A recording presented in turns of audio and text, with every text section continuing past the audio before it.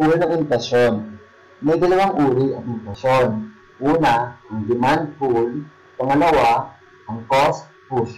Nagaganap ang demand pull kapag nagkakaroon sa paglaki ng pagkasta ng sambahayan, bahay-kalakal, pamahalaan at panlabas sa sektor.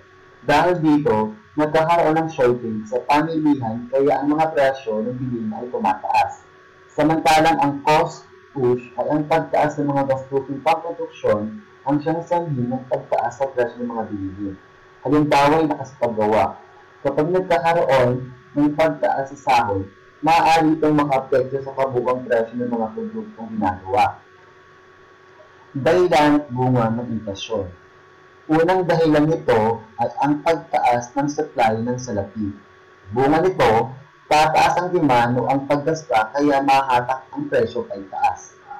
Pangalawang sanhi, pagdedepende sa importasyon para sa hilaw na sangkap. Bunga, kapag tumataas ang paligid ng piso sa dolyar o kaya tumataas ang presyo ng materyales na inaangkat, ang mga produktong umaasa sa importasyon para sa hilaw na sangkap ay nagiging sanhi ng pagtaas ng presyo. Ikatlo, ang pagtaas ng palitan ng piso sa dolyar.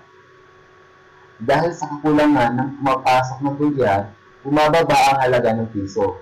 Nagbubunga ito ng pagtaas ng presyo ng mga produkto. Ika-apat, kalagayan ng pagluluwas o export. Kapag kulang ang supply sa lokal na pamilihan dahil ang produkto ay iniluluwas, nagiging dahilan ito upang tumaas ang presyo ng mga produkto.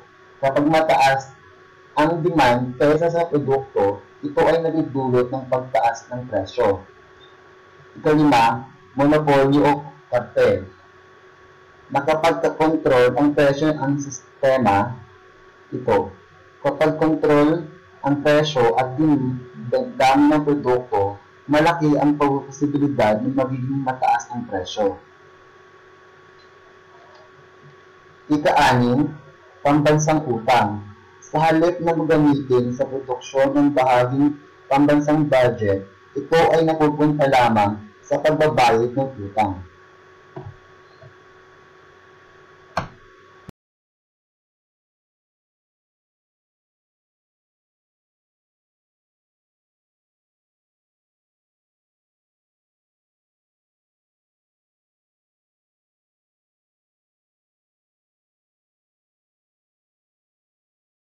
Created using Powtoon.